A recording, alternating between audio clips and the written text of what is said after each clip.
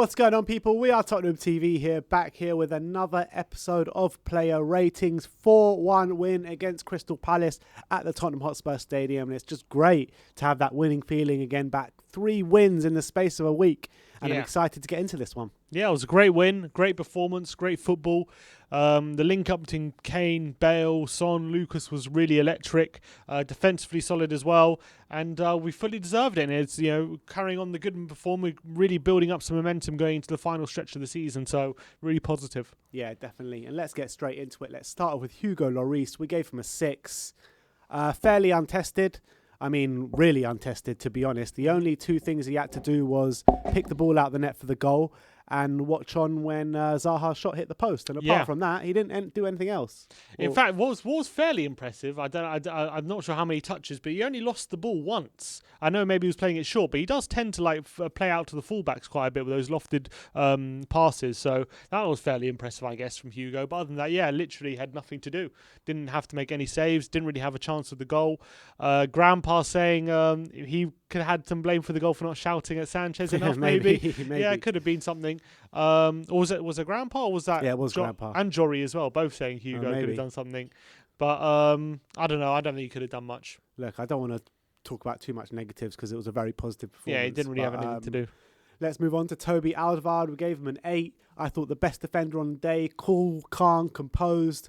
Toby pings here all over the place. And I think that he was, some could say he was slightly at fault for the goal, but I think it was mainly more Davinson Sanchez ball watching because the player goes and challenges Alderweireld and he loses it in the air, but Davinson Sanchez shouldn't be letting that happen. I actually watched it back, and Toby has Ayew. He's marking his man, and he's only near Benteke because Sanchez is completely ball watching, and he's lost his man. So Toby has to go and cover for him basically, and doesn't cover in time. So I don't really put any blame on Toby for that goal on reflection. If you're looking at it purely from when you see the replay, you see Toby near Benteke, you're thinking, oh, Toby's lost his man, but it wasn't Toby at all. It was completely Sanchez. I thought Toby had a great game again. A positive again that he played another game of football and didn't look like he was overstretched or tired or anything, and he looked in good physical condition, as Jose was saying. So another positive display. I thought his passing was pretty strong as well. It was good spraying of the ball, and he's looking more comfortable on that left-hand side of the defence than he has been previously. So that's a positive from Toby. And 4 games in a row as well. Yeah, 4 games in a row, and he keeps going strong. I think centre-backs usually can play consistently in that position because it doesn't take too much physical exertion usually to play that centre-back role. But obviously you have to manage him now. He's 31, 32. But hopefully he can start playing a lot more consistently now. He's back in the team, and he is consistently playing well now. All right, let's move on to Davinson Sanchez. We gave him a 7. I thought the majority of things that he had to do was he done impeccably well. Carried on his string of performances on a really good note. The only down mark I have for him is the goal because he was ball watching, let Christian Benteke completely stride past him.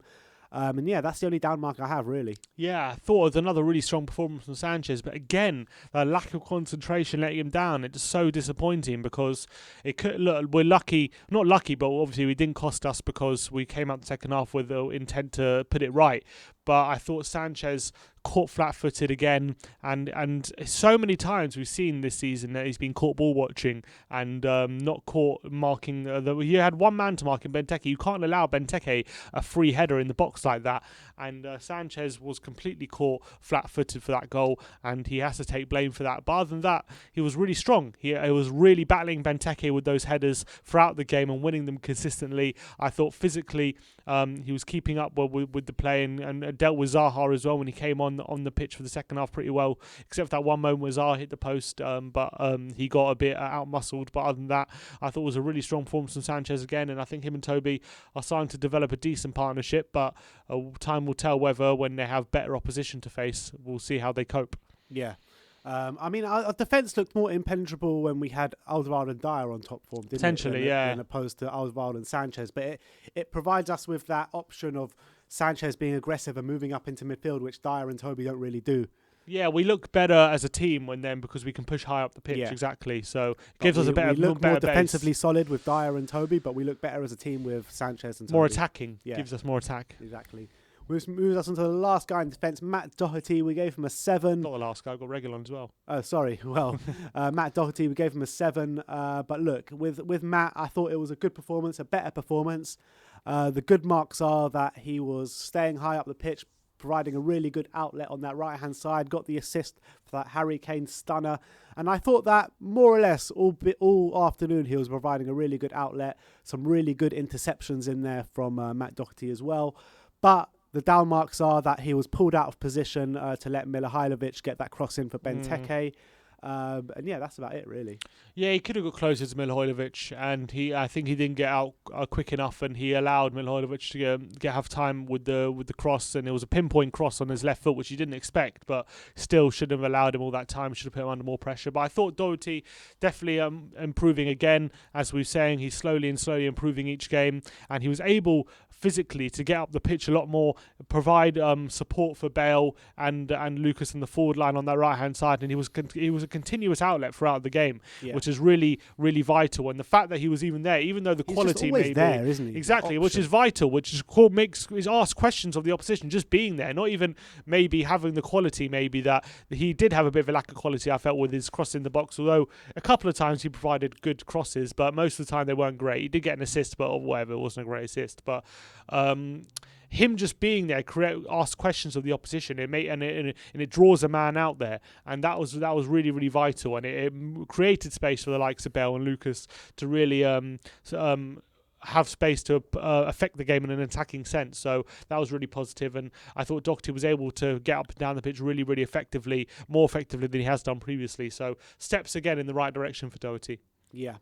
Let's move on to Sergio Reguilon. We gave him an 8. I mean, what a great option he is on that left-hand side. The pure energy that he has up and down all day long, providing really good outlet there for our left-hand side. I mean, it's just such a breath of fresh air to have him there instead of Ben Davies.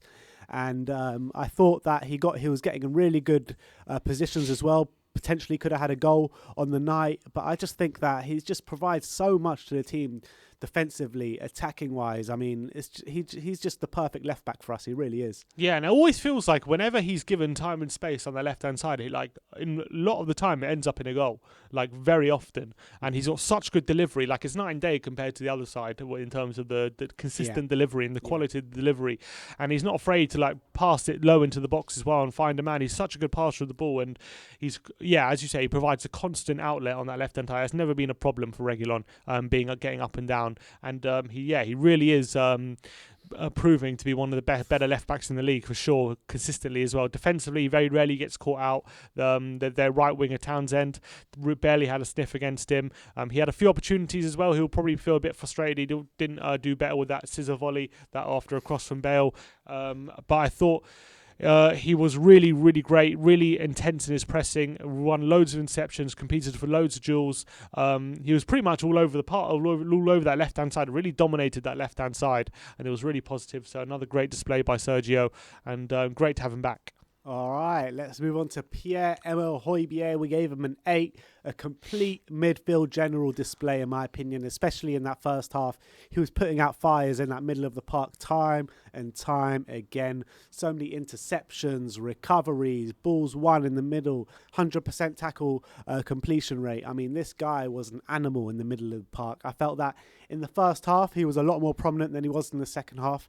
But yeah, like I said, absolute brilliant display from Hojbjerg. I mean, he was just an animal in that middle of the park. Yeah, he's just gobbling up ground, isn't he? And whenever Reguilon or Mihajlovic getting on the ball, he's always there. He's always there to stop him in their tracks, and he won the ball countless times yesterday. And I thought another great display. I thought his progressive passing maybe could have been better, but other than that, I thought he did his job and he let the attacking players flourish. And I thought it was a return to form really for Hojbjerg, who obviously people criticising him for a few performances, but I thought it was a good display yesterday, and I thought he's really growing into his role, isn't he? He's grown. We know he's been great all season, really consistent, but he's coming back into form now. All right, Harry Winks, we gave him a 6. In my opinion, I think that he kept the ball ticking over nicely during the game. I think nice short passes and move. I think in the first half he was trying to play the ball forward a bit, but it just wasn't coming off for him. But I thought that, he kept possession well, keeping it ticking over.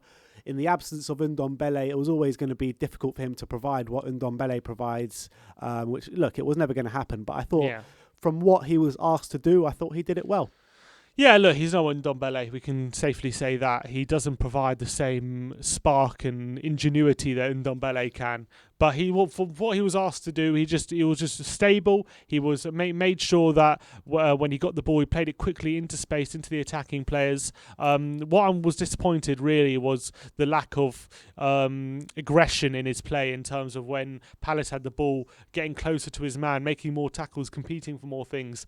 That wasn't at his strongest. Hojbjerg was doing that for him anyway. Yeah, true. He had Hojbjerg doing it for him, so he didn't really have to. He did his role okay. Didn't have as much confidence as I would like, but he did play a few nice passes forward into the attacking players, and I don't think he was terrible, but he just wasn't. He didn't kind of grab that performance really. Yeah, I mean, like a game like Palace or against Burnley is like these are the games that are suited to him, where we're going to have the majority of the ball, and he just keeps the ball ticking over nicely. But there's nothing to suggest he was really competing for a first team spot when all things are equal. But it was at least like it was important that we didn't have Ndombele yet still looked really creative and still looked like breaking the lines. Definitely. And I thought Winks, in that sense, did his job.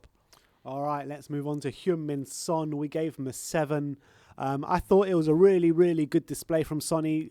Really energetic, pressing really, really well, providing an outlet on their left-hand side. Like I said, pressing up against their defence, forcing them into mistakes. He had that chance.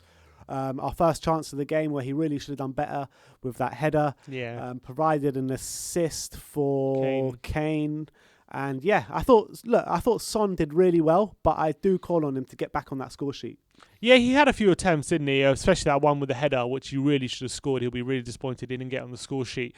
But with Bale lifting the burden on him, I think obviously I'd love him to get back scoring more goals. But I'm just happy that he's still playing well. He's still creating chances. He's turned into a more creator recently, and I think that's fair enough. Like I've got no quarrel with that, and I think it's good for the team.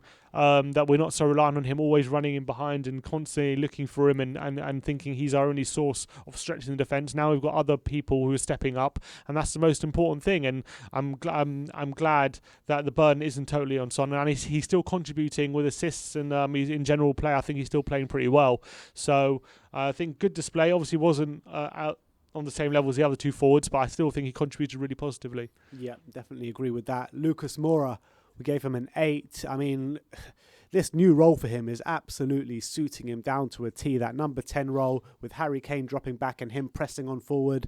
I mean, his pressing game is so strong and it provides so much to the team.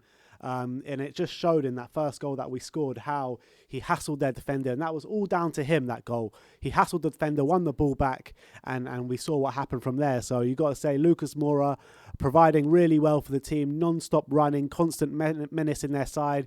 You can see in the stats, it's actually very similar stats to him being out wide with like no goals, no shots, and what have you. But I would say that he's just running a lot less blind alleys when he's on the wings, and when he's on the centre, he just causes pure havoc in the middle there. Yeah, it's hard for Palace to deal with them because usually when a player like that, Lucas, is out wide, it's easy for them to either double up on him or just force him out into a blind alley, as you say, or into a cul-de-sac and force him out of trouble. But when he's in the centre, it's a lot more difficult for them to deal with because they have to use extra defenders to come and come over because they can't ignore him, because they can't allow him just a free run down the centre of the pitch, can they?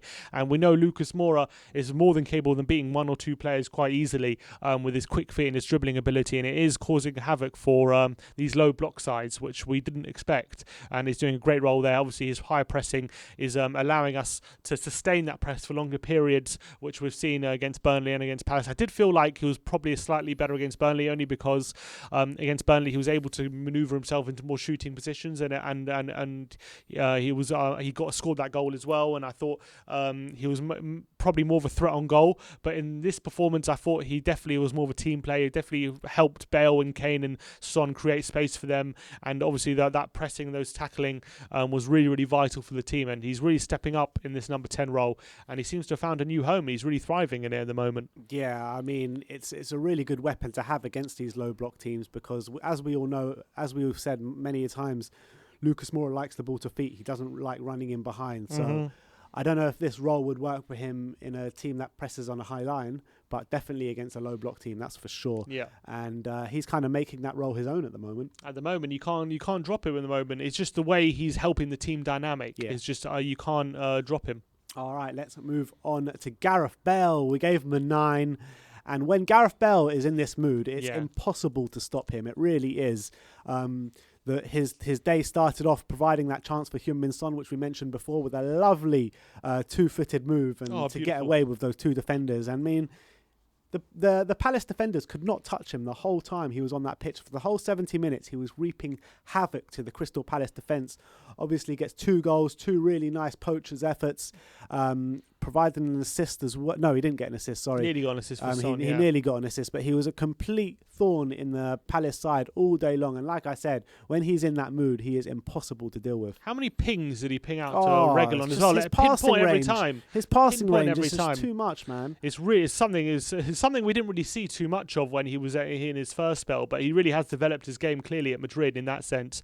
And his passing and creativity is so on point.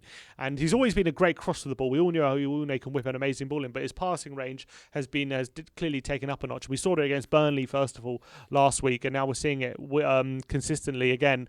Every time he gets the ball, Reguilon knows he can make a run on the far side, and Bale will pick him out every single time, and that's what we saw. That was also great. His dribbling ability was the one thing that everyone questioned whether he would have that sharpness, that sharpness to kind of dribble past players, and that burst of pace to kind of get away from defenders. And clearly he's showing it. Maybe not over long distances, like that Madrid goal where he runs off the pitch and comes back on like a road runner. Maybe he's not that player anymore, but what we can do is in short bursts in and around the final third, he can get away from men, he can hold players off, and he can use that sharpness like he's wriggled away from those 2 Palace defenders in the first couple of minutes. But he showed he still has that element to him. He still has a change of speed as well, though. He's still got that burst of pace. He's just not over short distances. Yeah, he's just not a cross-country runner. 90 minutes of pure running. And and 31, he picks it with his brain as and when. You know what I mean? Exactly. At 31, you're not going to be. You're just a different player, but you can still adapt your game where you can still be as effective, just in different way. Yeah, when Roy Keane and Graham Souness expect him to be a cross-country distance runner at 31, basically. Yeah, it's ridiculous. Roy Keane was like playing for Celtic at 31. I don't know what he's on about.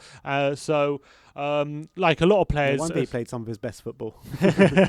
And so like a lot of players struggle at that age, but I think Bale still has a lot to give. He clearly, obviously, 2 goals as well, 2 poachers finishes, showing as well that he's always using his mind to really make a difference in those central areas, picking up on loose balls, being in the right place at the right time, supporting Kane for that first goal when Kane puts it across the face of the goal, and there's Bale to tap it in, knowing what position to be in. And obviously the second goal as well, I thought that was really good movement to get in front of Kouyaté, make sure he beats him in the end, powers that header home. We all know how good he is aerially as well. Bale's always got a good header on him, but it was like a striker, that those two the way he pounced on those moments was really good. I think he links up well when Doherty's there as well, because when Doherty's there, getting far up the pitch, providing the outlet, providing another option, it means Bale can go on the outside, on the inside, and they don't know which way he's going to go. And I thought that, he really was close to untouchable yesterday. It was a special performance again from Bale, and he really is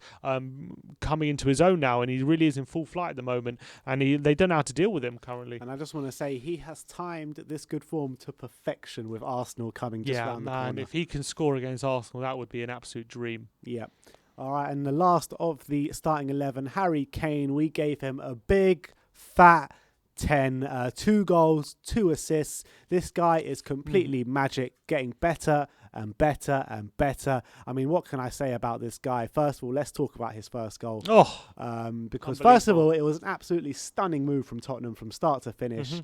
When Matt Doherty gets that ball to him, first time ping, just reminiscent of that Gareth Bale goal against Man City all those years ago, curling right into the top left-hand corner, and you got to say, what a strike that was. Contender for goal of the season, 100%. But not only that, I mean, he was creating all day long, dropping deep so Lucas Moura can go on and press forward.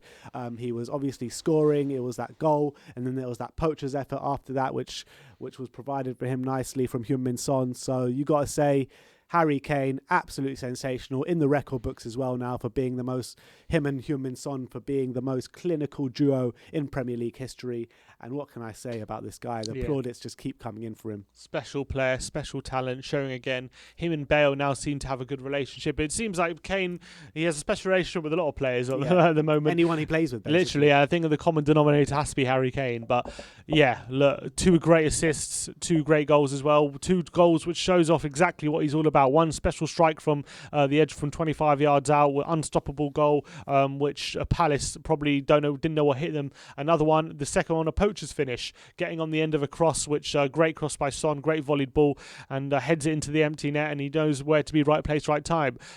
First assist, going down the byline, getting a great ball across the face of goal on his left foot with Kane, with Bale tapping it in. Which started off proceedings completely, because we weren't exactly threatening that much when we scored. We're dominating without really seriously threatening, and we've seen that assist before as well this season. I remember against Newcastle, very similar assist with his left foot, and then second assist, header across the face, a goal beating Gary Cahill in the air and laying it off for Gareth Bale. So we literally saw every facet of Harry Kane yesterday, of what he's capable of and what he's good at. And when you're contributing as much as he is, it's hard to ignore him for the Player of the Year shouts. And I thought yesterday again, such a special performance, such a special player, and if as long as Harry Kane is on the pitch, you know you've always got a chance, and you know you've always got a chance of getting goal or getting something out of the game.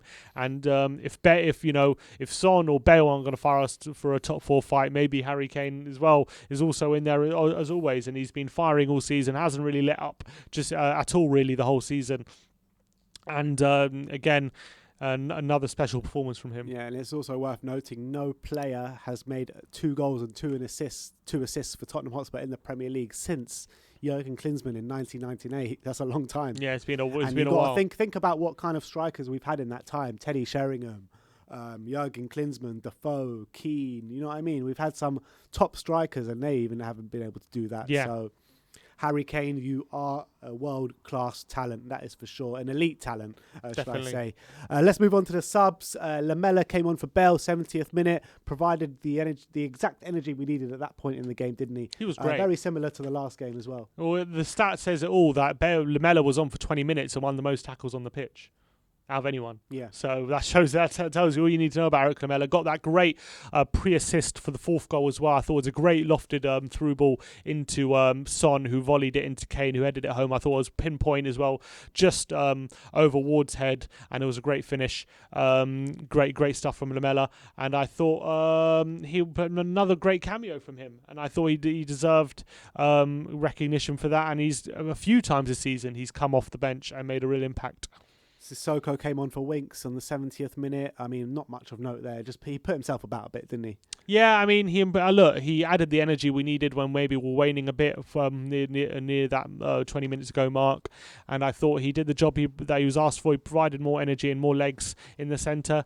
And it wasn't outstanding, but it was okay. He just did his job. And finally, Vinicius came on for Harry Kane. A well-deserved rest for the last 10 minutes. But yeah, he didn't see much of the ball, did he? No, he had a few moments where he was battling with the centre-backs and he thought he could have got the better of them, but he came out second best just about. Obviously, I would love for him to get that first Premier League goal, and that would be a massive boost for his confidence. But hopefully, I think there's going to be a lot more game time for him coming up from now to the end of the season, because we're going to need him. So, not much of note to say, but at least he was battling and looked to try and make an impact. And last but not least, let's talk about Jose Mourinho. I mean, you got to give him a big fat 8, 9, whatever have you, because nobody knew what was happening with Tottenham. Losing every game, drawing. Absolutely terrible run, but we've turned it around. We're winning. We've won 3 games in a week now. Goals are flying in. Gareth Bale seems to be back to his best. I mean, Jose has really got Tottenham singing, hasn't he? At the moment, yeah. Look, yeah, as you say, 3 wins in a row. He's got us back in a decent position now in the fight for top 4. I think he's really managed the squad in terms of since that Kane injury, and then he's changed it up and he put Ndombele deeper and he's changed up the structure of the team. We've looked a lot better, and he seems to have solved some of the issues the squad was having. Defensively, we're still looking decent as well, not conceding too many chances. The goal we conceded was from a real ball-watching moment from Sanchez, which will frustrate him, but I think him and finding that Sanchez and Toby partnership is helping the team as well. Having Bale in full flight, the way he's managed him, I think, is something that he doesn't get enough credit for. And obviously, with the way the team is playing at the moment, I think he deserves a lot of credit, because I think it was a struggle to see us turning this form around. But all of a sudden, we seem to be playing full free-flowing football at the moment. Yeah, you got to commend him for the way Gareth Bale is playing right now. You got to commend him for the way Lucas Moura in that new role as well. Correct. You've got to commend him for fringe players like Harry Winks, Matt Doherty coming in and having good games as well. And like the fringe players, like I said before, I said that earlier on in the season we couldn't really count on the fringe players, but I feel like we can now. Yeah, I think you're right. And you've got to commend Jose for that. Yeah, I think he's got everyone trying to make an impact and trying to improve the team when they come on. And it is a squad game, it is a team game, and we're starting to see that now. And we're now in a position where there's everything to fight for. We could still have an amazing season. This could end up being our best season in a very, very long time. Maybe in our lifetime. If we have a strong enough finish to the season. And with Bale kickstarting this run now, we might well have that into the season. Let's hope. And I think if we do, then Jose will be lauded as doing another fantastic job. And we'll see. I think he's doing what he can at the moment to change our fortunes around. I think he's changed up in a really positive way. He gave also Ndombele a rest, which was really crucial because he looked really tired on Thursday night. He's managing them well. He's managing really well. And with people saying Toby and Bale can't play this many games, that many games, or he's proving those doubters wrong as well in that aspect. So I think he's managing the squad really well. He's managing the players well, and yes, it's 3 wins on the bounce, and we need to keep up the momentum.